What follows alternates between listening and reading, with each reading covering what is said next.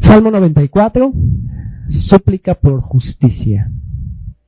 El Señor, Dios de las venganzas. ¿Quiere decir esto que Dios es vengativo? Ay, que Dios, qué vengativo, qué malo. Aquí se refiere a que Dios es justo. O sea, Dios no puede, dejar algo sin que se pague, ¿no? Aún a nosotros nos indigna que un delito no se pague, en forma equitativa, ¿no? Ahorita que está muy sonado eso de la chava, de la señora esta que golpeó al muchachito, y que no hay una legislación que castigue eficazmente eso, pues es indignante.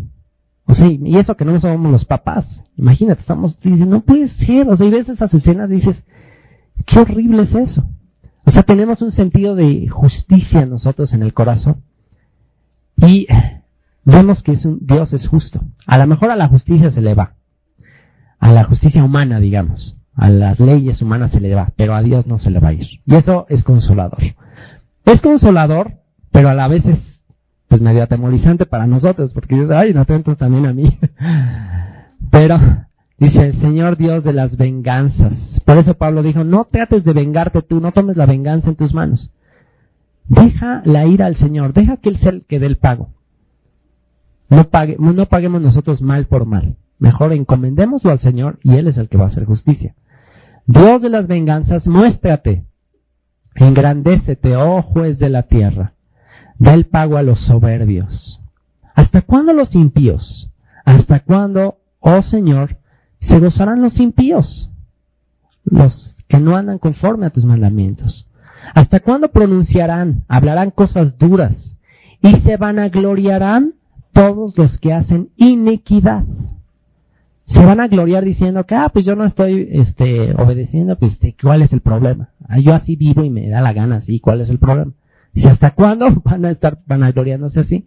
A tu pueblo, oh Señor, quebrantan y a tu heredad afligen. A la viuda y al extranjero matan y a los huérfanos quitan la vida. Y aquí menciona 3 de los grupos de personas más indefensos que puede haber, o más débiles. Las viudas, pues que no tienen quien las defienda muchas veces. Al extranjero, un extranjero, pues ¿qué pasa tú como extranjero en otro país? No tienes derechos, no puedes exigir tus derechos. Muchos, por ejemplo, que están trabajando en el extranjero, muchos que se van de mojados, y ¿por qué es que no reclaman cuando abusan de ellos sus empleadores, sus patrones? ¿Por qué es que no se quejan y no van ante el juez, ante el tribunal a que les hagan justicia, que les den su aguinaldo o lo que sea, o que les paguen mejor? ¿Por qué no lo pueden hacer? Porque están ilegales, no tienen derechos. Entonces tiene el miedo de que los deporten. Entonces ni modo, se tienen que callar. Y abusan de ellos. Obviamente, como no tienen derechos, pues ¿sabes qué? Pues si quieres esto y me vas a trabajar como negro para vivir como blanco. Porque no tienen derechos. Recuerdo que hubo una época en la que yo estuve haciendo mis pininos de querer sacar una green card allá. y bueno, un tiempo que estuve viviendo allá y empecé a trabajar. Pero pues tenía yo un pavor de que un día me cacharan y me deportaran. Tenía un pavor y bueno, pues entré a trabajar a un Dunkin' Donuts, aprendí a hacer unas donuts. Pero todos los días estaba yo con el pavor de que ya me imaginaba la migra ahí. Y estaba ahí con la masa ahí, haciendo los hoyos, y ahí comiendo unas cuantas. Pero tenía mucho temor de que me cacharan y recuerdo que solamente trabajé una semana porque ya no aguanté el miedo. Y terminando la semana, se supone que a la semana pues ya tenías que ir, te daban tu cheque. En la entrevista para entrar a Dunkin' Donuts, pues les dije, no, pues nací en Los Ángeles y fui a la primaria, y puros cuentos ahí que les dije en la entrevista para que me contrataran. Y oye, ¿y tu green card? Luego se las traigo. Y todos, no, mañana, y estuve así aplazando. Pero llega el día de la semana que ya me tenían que pagar, pero también ya tenía que mostrar algún tipo de papeles o algo así. Y entonces ya había trabajado con una semana y me dio miedo ir a cobrar. Dije, capaz que llego y me tienen mi cheque con un oficial ahí de migración y vas para atrás, ¿no? Entonces, te das cuenta que un extranjero, es realmente muy triste la situación de un extranjero, porque no tiene derechos realmente al nivel de un ciudadano. Y es por eso que Pablo menciona, y es uno de los temas más importantes de Pablo. De hecho, uno de los temas más importantes de Pablo, con respecto a los que no eran ciudadanos y no tenían derechos de los pactos, es a los extranjeros. La carta de Efesios casi es dirigida y es enfocada a una persona que pues es extranjera en el sentido de los pactos de Dios. Dice la Escritura ahí en Efesios 1 y Efesios 2 que nosotros como extranjeros o como no miembros del pacto, como no miembros de Israel, pues estamos como extranjeros sin pactos, sin promesas, sin ciudadanía, sin Dios y sin esperanza en el mundo. No tenemos esas 5 cosas. No tenemos derechos. Es más, cuando oramos, no tenemos derecho a nada. Nosotros no le podemos decir, Señor, tú prometiste. Yo prometí a mi pueblo Israel, ¿tú quién eres? Entonces así de grueso, ¿no? ¿Se acuerdan cuando ve a esa mujer sirofenicia con Jesús y le dice, Señor, hijo de David, y clamando a él, ten misericordia de mí, Señor, por favor, mi hija, y Jesús no la pela, y no le hace caso, Y de repente, pues ya le dicen sus apóstoles, oye, ya despídela. ya que le llegue, ¿qué onda? Y Jesús dice, no he venido sino a salvar a las ovejas perdidas de la casa de Israel. Punto. Y le dice después a esta mujer, oye, ¿qué no sabes que no está bien quitarle el pan a los hijos y dárselo a los perrillos? Imagínate que Jesús te diga eso. Y entonces esta mujer, sirofenicia, sin esperanza, sin Dios, sin pactos, sin promesas, sin nada, le dijo, sí, Señor, pero unos perrillos se comen de las migajas que caen de la mesa de sus amos. Jesús ya sabía que iba a contestar su oración, él ya lo sabía de antemano. Él estaba buscando en ella esa humildad, esa misericordia, de decir, Señor, no merezco nada, no soy nadie. Señor, ten misericordia de mí. Cuando ella le dijo eso, dijo, ay, grande es tu fe. Te sea hecho como has pedido. Conforme a tu fe te sea hecho. Y Pablo complementa ese sentido. ¿Sabes qué? Tú extranjero, tú que no tienes estas 5 cosas, no tienes pactos, no tienes promesas, no, o sea, este Salmo 91 que acabamos de leer no te aplica. Todas las promesas, las bendiciones no te aplican, no tienen nada que ver contigo. No tienes Dios, no tienes esperanza, no tienes ciudadanía, no tienes green card, no tienes pasaporte, no tienes nada. Estabas así cuando Dios te llamó y tuvo misericordia de ti. Dios tuvo misericordia de ti y te llamó sin que tú tuvieras ningún derecho de nada. Y te llamó y te dijo, ahora quiero que tú seas parte de mi pueblo. Y te injertó a su pueblo. Dice, de modo que ya no somos extranjeros ni advenedizos. ¿Qué es un advenedizo? Un arrimado. ¿Alguna vez te han invitado a vivir en una casa ajena? Un tiempo y ya te vas al baño y estás así con una pena y ya después de 3 días ya como que te miran y ¡ay, qué onda! Al principio así muy alegres, pero ya después de 3 días ya como que, oye, ¿qué onda, no? Y ya y te sientes un arrimado, o sea, es horrible sentirse un arrimado. Y resulta que así empezaron a hacer sentir a muchos extranjeros que empezaron a confiar en Jesús y empezaron a querer venir al pacto con Dios y a ir a las sinagogas. ¿Qué sucedió? Muchos de los judíos empezaron a menospreciar a estos extranjeros. Y decir, oye, estos cuates, ¿qué onda? Y si se circuncidan, si no guardan y tal, les ponían una serie de requisitos, están perdidos. No son salvos, no pueden ser salvos. ¿Qué significa ser salvos en la cultura de la Biblia? Ser parte del pueblo de Israel. Así de sencillo. Eso es ser salvo. No eres parte del pueblo de Israel, no eres salvo. Entonces, si no hacen esto, entonces no son salvos. Y entonces Pablo empieza a defender. Y por supuesto que son salvos. Y ese es el tema de Efesios es, chicos extranjeros, por su fe en el Mesías de Israel, ustedes son injertados. No dejen que los juzguen, no dejen que los menosprecien, no dejen que los vean con cara de fuchi, de que este arrimado, este extranjero, no dejen que les hagan eso, porque ustedes son conciudadanos de los santos, son miembros de la familia de Dios, ya no son extranjeros, ya no son gentiles, ahora eres miembro de la familia de Dios, eres ciudadano, Dios te ha dado la ciudadanía de Israel. Dios te ve como un israelita. Dios te ve como... ¿Qué es un israelita? El que vence. El que es guiado por Dios. El que es dirigido por Dios. Eso es un israelita. Así que es un mensaje de esperanza.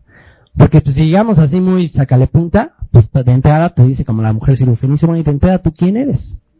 Pero cuando tú te humillas y clamas y sabes que pero por tus virtudes, Señor, tú me injertaste, yo siendo nada, entonces sí, pásale. Las promesas, el pacto, todo es para ti. ¿Qué les parece si?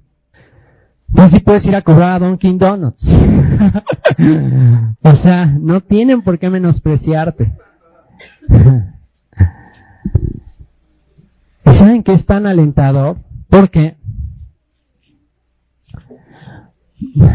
no todos los que dicen ser israelitas son israelitas. O sea, no por vivir en Polanco, tener un apellido, ya eres judío. No es por eso. Es por tu fe en el Mesías de Israel. O sea, eso es lo que vale. Lo que vale es tu fe en el Mesías. Lo que vale es el que tú creas que Él te amó hasta lo sumo. Y vean lo que dice Efesios 2. Y esto es sumamente importante que lo tengamos muy bien, porque cuando tenemos la idea de, somos unos gentiles, pues siempre estamos ahí como todos. Pues la idea, por ejemplo, de los mojados. Siempre están ahí arrimados. No, pues soy un arrimado aquí. No eres un arrimado. Eres parte del pueblo. Vean lo que dice Efesios 2. Y Él os dio vida a vosotros cuando estabais muertos en vuestros delitos y pecados, en los cuales anduvisteis en otro tiempo, siguiendo la corriente de este mundo, conforme al príncipe de la potestad del aire, el espíritu que ahora opera en los hijos de desobediencia, entre los cuales también todos nosotros vivimos en otro tiempo, en los deseos de nuestra carne, haciendo la voluntad de la carne y de los pensamientos, y éramos por naturaleza hijos de ira, lo mismo que los demás. Pero Dios, que es rico en misericordia, por su gran amor con que nos amó, aun estando nosotros muertos en pecados, nos dio vida juntamente con Cristo. Por gracia sois salvos. No por linaje, no por raza, no por nada, por gracia. Y juntamente con Él nos resucitó y asimismo nos hizo sentar en los lugares celestiales con Cristo Jesús para mostrar en los siglos venideros las abundantes riquezas de su gracia en su bondad para con nosotros en Cristo Jesús. Porque por gracia sois salvos por medio de la fe. Y esto no de vosotros, pues es don de Dios, no por obras, para que nadie se gloríe. Porque somos hechura suya, creados en Cristo Jesús para buenas obras, las cuales Dios preparó de antemano para que anduviésemos en ellas. Por tanto, acordaos de que en otro tiempo vosotros, los gentiles, en cuanto a la carne, en otro tiempo ustedes, gentiles, en cuanto a la carne, erais llamados sin circuncisión por la llamada circuncisión hecha con mano en la carne. En aquel tiempo, esto está hablando del pasado, ¿ok? En aquel tiempo estabais sin Cristo, alejados de la ciudadanía de Israel, no tengas pasaporte israelí, y ajenos a los pactos de la promesa. Si tú te das cuenta con quién Dios hizo pactos, cuando dice, he aquí haré un nuevo pacto en Jeremías 31, con la casa de Israel y con la casa de Judá. Pondré mis leyes en sus corazones. El nuevo pacto es con la casa de Israel y con la casa de Judá. Y dice, pues tú no tenías pacto antes. Para empezar, dice. Tú estabas ajenos a los pactos de la promesa, sin esperanza y sin Dios en el mundo. Tiempo pasado. Pero ahora en Cristo Jesús, vosotros que en otro tiempo estabais lejos, habéis sido hechos cercanos por la sangre de Cristo. Porque Él es nuestra paz, el que nos ha reconciliado, nos ha unido, que de ambos pueblos hizo uno, derribando la pared intermedia de separación, aboliendo en su carne las enemistades, la ley de los mandamientos expresados en ordenanzas. ¿Cuáles serán estos mandamientos expresados en ordenanzas? Esa palabra en el griego es dogmas. Los dogmas humanos son los que habían hecho la separación, porque llegó el momento en que pues digamos el liderazgo de Israel, por su odio contra los romanos y contra las naciones, empezaron a poner unas leyes tan estrictas que impidieron que los extranjeros pudieran venir al Dios de Israel. O sea, pero eran no era la palabra. De hecho, si ustedes leen, el deseo de Dios en el Antiguo Testamento siempre es que las naciones vengan al Dios de Israel. O sea, Dios siempre está abriendo sus brazos para invitar a la gente a que venga. ¿Pero qué fue lo que pasó? Se llenaron de orgullo, de odio, los dirigentes, y empezaron a hacer una serie de requisitos tan difíciles para que un gentil se convirtiera, que realmente ya era imposible. Entonces, todas estas ordenanzas, mandamientos expresados en ordenanzas, no está hablando de la ley, está hablando de mandamientos de hombres, que complicaron el que los gentiles pudieran ser parte del pacto. Y dice que Él en su carne abolió, quitó las enemistades para crear en sí mismo de los dos un solo y nuevo hombre, haciendo la paz. Y mediante la cruz reconciliar con Dios a ambos en un solo cuerpo, matando en ella las enemistades, y vino y anunció las buenas nuevas de paz a vosotros que estabais lejos y a los que estaban cerca, porque por medio de Él, los unos y los otros, tenemos entrada por un mismo espíritu al Padre. O sea, ya no entras por medio de toda una serie de requisitos y circuncisión y miles de cosas, sino entras por la fe en el Mesías. Y ese era el problema, que pues de repente ven que los gentiles, ¿se acuerdan de Cornelio y todos ellos? Que escuchan la palabra, escuchan el evangelio, ya conocían que era el Mesías, conocían todo esto, ya eran temerosos de Dios, ya asistían a sinagogas y todo, pero todavía no eran considerados ciudadanos de Israel. Pero en el momento que creen en el Mesías, ¿qué sucedió?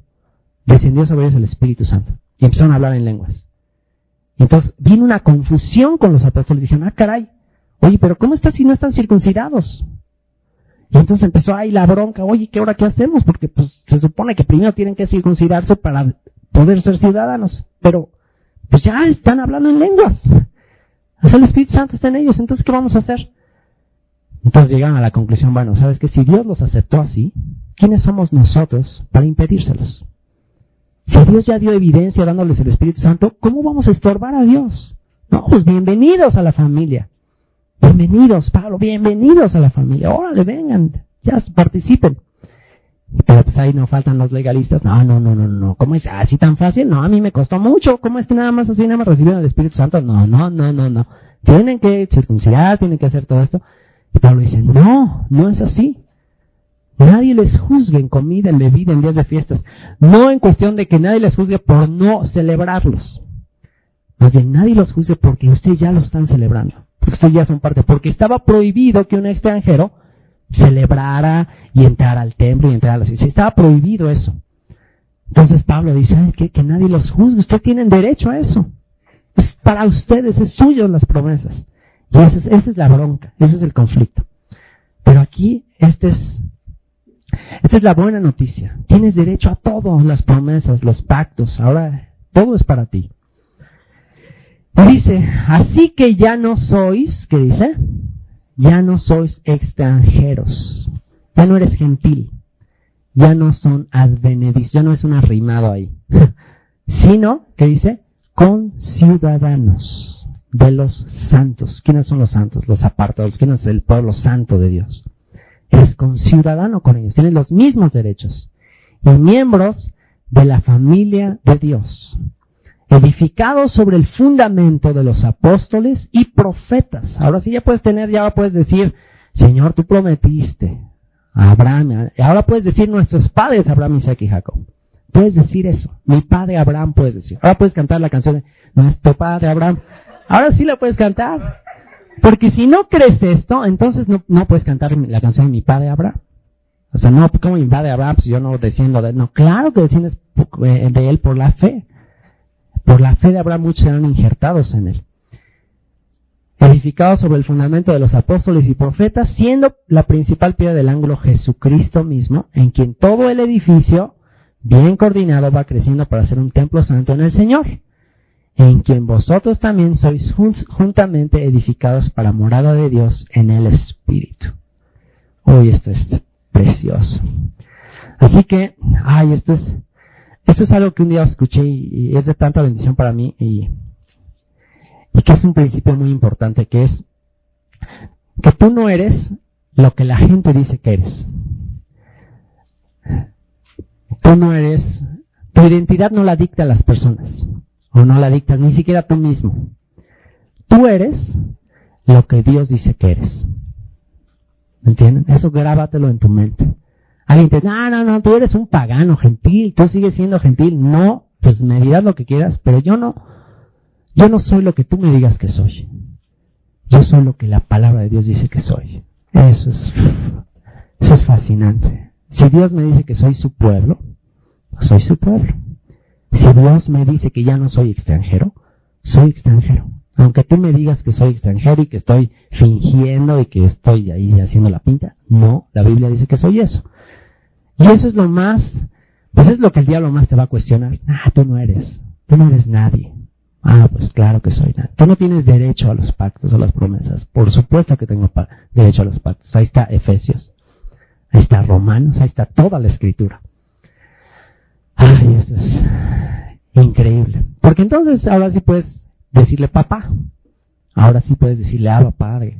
Ahora sí puedes decirle Señor, por los méritos de tu Hijo. Ahora sí puedes orar con toda confianza. Ahora sí puedes entrar confiadamente al trono de la gracia. ¿Por qué? Porque ya te identificaste con sus pactos y sus promesas. Dios es bueno, nos ha hecho ciudadanos. Así que chicos, pueden ir al banco y cobrar las promesas y decir, Señor, tú prometiste esto. Y ya no puedes tener el temor de que te diga, pues tú quién eres. Yo nada más vine por las ovejas perdidas de la casa de Israel. Pues yo era una de esas. Señor. A la viuda y al extranjero matan y a los huérfanos quitan la vida. Y dijeron, no verá el Señor ni entenderá el Dios de Jacob. Verso 8. Entended, necios del pueblo, y vosotros fatuos. ¿Cuándo seréis sabios? Fatuos o superficiales. El que hizo el oído no oirá. El que formó el ojo no verá. El que castiga a las naciones no reprenderá. ¿No sabrá el que enseña al hombre la ciencia? El Señor conoce los pensamientos de los hombres, que son vanidad. Bienaventurado el hombre a quien tú, Señor, corriges, y en tu ley lo instruyes. Dichoso el hombre a quien tú, Señor, corriges, y en tu ley lo instruyes. Eres dichoso. Dios está instruyendo en su ley.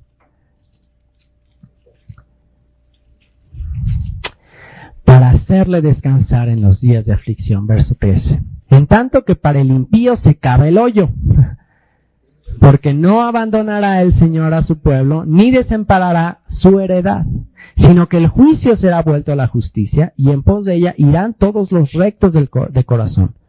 ¿Quién se levantará por mí contra los malignos? ¿Quién estará por mí contra los que hacen iniquidad? Si no me ayudara el Señor, pronto moraría mi alma en el silencio. Cuando yo decía, mi pie resbala, tu misericordia, oh Señor, me sustentaba. En la multitud de mis pensamientos dentro de mí, tus consolaciones alegraban mi alma. ¿Se juntará contigo el trono de iniquidades, que hace agravio bajo forma de ley? ¿Se juntará contigo el trono de iniquidades? O sea, los que instituyen aún maldades bajo forma de ley. O sea, dicen esto por ley va a ser así y es una maldad. Estaba leyendo en un periódico que ya está por aprobarse en Canadá, por ejemplo, los matrimonios entre homosexuales. ¿Te das cuenta cómo el hombre sin ley está totalmente desorientado, confundido? O sea, se le ocurre, pues, instituir o legalizar cosas, pues, totalmente en contra de lo que Dios ha establecido. ¿Por qué? Pues porque no tiene luz. Un hombre sin revelación, sin luz, pues se le va a ocurrir cualquier cosa, ¿no? Y dice, se juntan contra la vida del justo y condenan la sangre inocente. Mas el Señor me ha sido por refugio y mi Dios por roca de mi confianza. Y Él hará volver sobre ellos su iniquidad y los destruirá en su propia maldad. Los destruirá el Señor nuestro Dios. Destruirá en su propia maldad. Los destruirá el Señor nuestro Dios. Destruirá en su propia